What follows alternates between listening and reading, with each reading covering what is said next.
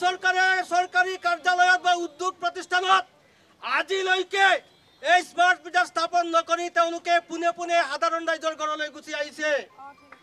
আৰু এই smart meter লগোৱাৰ পিছত প্ৰতিজন গ্ৰাহকৰ এই মাচুল বৃদ্ধি বিদ্যুতৰ মাচুল বৃদ্ধি 3ৰ পৰা 4 গুণ বৃদ্ধি হৈছে।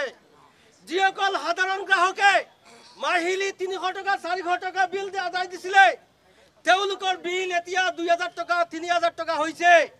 এই অভিযোগ অসমৰ 100% গ্ৰাহকৰ পৰা দীৰ্ঘদিন ধৰি উঠি আছে। অল আসাম ইলেক্ট্ৰিচিটি কনজিউমাৰ্ছ এছ'চিয়েশ্যনে যোৱা 2 বছৰ ধৰি আমি এই অভিযোগ ৰাইজৰ পৰা পাই পেলাই আমি চৰকাৰক বাৰে বাৰে আমি স্মাৰক পত্ৰৰ যোগেদি আমি জনাইছো। বাৰে বাৰে আমি বিক্ষোভ ধৰ্ণা সংগঠিত কৰিছো। বাৰে বাৰে কৈছো যে এই স্মাৰ্ট মিটাৰৰ কোনো প্ৰয়োজন নাই।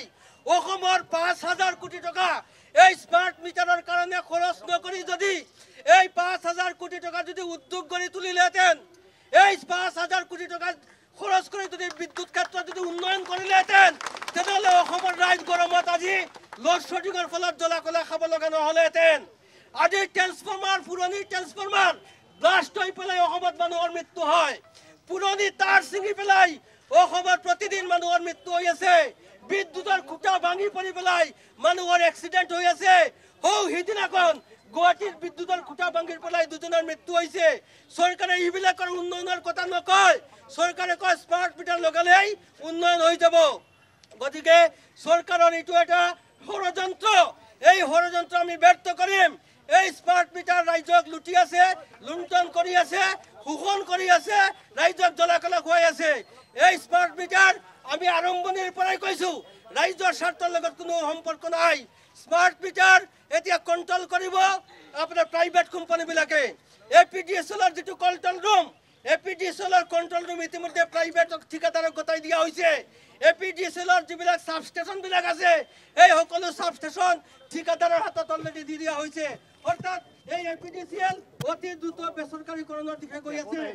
জানে এই পুঁজিপতিসকলে বৃহৎ কর্পোরেট গোষ্ঠীসকলে জানে যে তেওঁলোকে এই বিভাগটো তেওঁলোকৰ হাতত লোৱাৰ আগতে তেওঁলোকৰ খৰচা পাতি কমাব খোজে।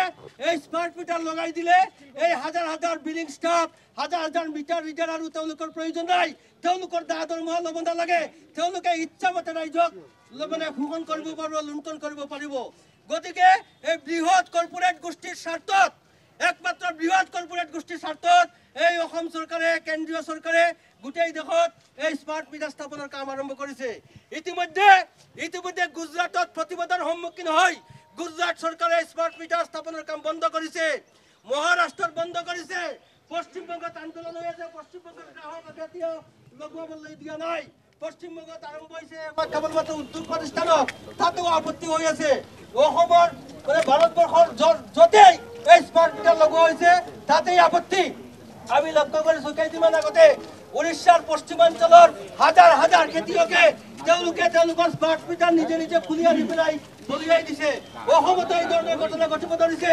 গতিকে এই অৱস্থা বেয়াৰ ফালে যোৱাৰ আগতেই, ৰাইজৰ খং বেয়াৰ পিনে যোৱাৰ আগতেই আমি চৰকাৰক দাবী কৰি আছো যে অসমৰ ৰাইজৰ আবেগ অনুভূতি, অসমৰ লাখ লাখ ৰাইজে মিছা কথা নকয়।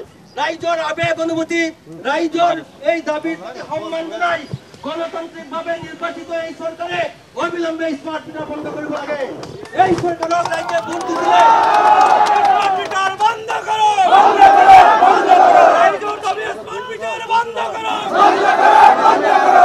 এই চৰকাৰক ৰাইজে ভোট দিছিলে ৰাইজক অৰ্থনৈতিকভাৱে সকাহ দিবৰ কাৰণে। এই চৰকাৰক ৰাইজে ক্ষমতালৈ আনিছিলে ৰাইজৰ জীৱনত সুখ শান্তি আনিবলৈ। কিন্তু আমি কেইবছৰত কি লক্ষ্য কৰিলো, এই চৰকাৰ ক্ষমতাত বহাৰ পিছত মাটিৰ কলটা বনাইছে, মাটিৰ ৰেজিষ্ট্ৰেশ্যনৰ মাচুল বৃদ্ধি কৰিছে, কৰ কাটল টেক্স হস্পিটেলৰ মাচুল বৃদ্ধি কৰিছে, শিক্ষাৰ মাচুল বৃদ্ধি কৰিছে। সকলো ক্ষেত্ৰত ৰাইজক ডিঙি চেপি ধৰিছে সকলো ফালৰ পৰা। এতিয়া বাকী আছে মাধৱৰ সুধাইছে, এতিয়া বাকী আছে বিদ্যুৎ। এই বিদ্যুৎ ক্ষেত্ৰতে এই চৰকাৰে ধৰিছে ৰাইজক সকলো ফালৰ পৰা।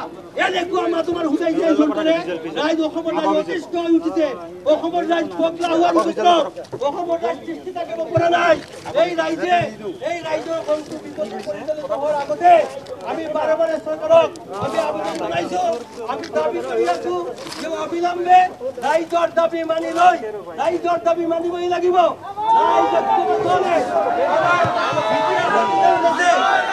ইতিহাসত উদাহৰণ আছে কেন্দ্ৰীয় চৰকাৰে যেতিয়া কৃষি আইন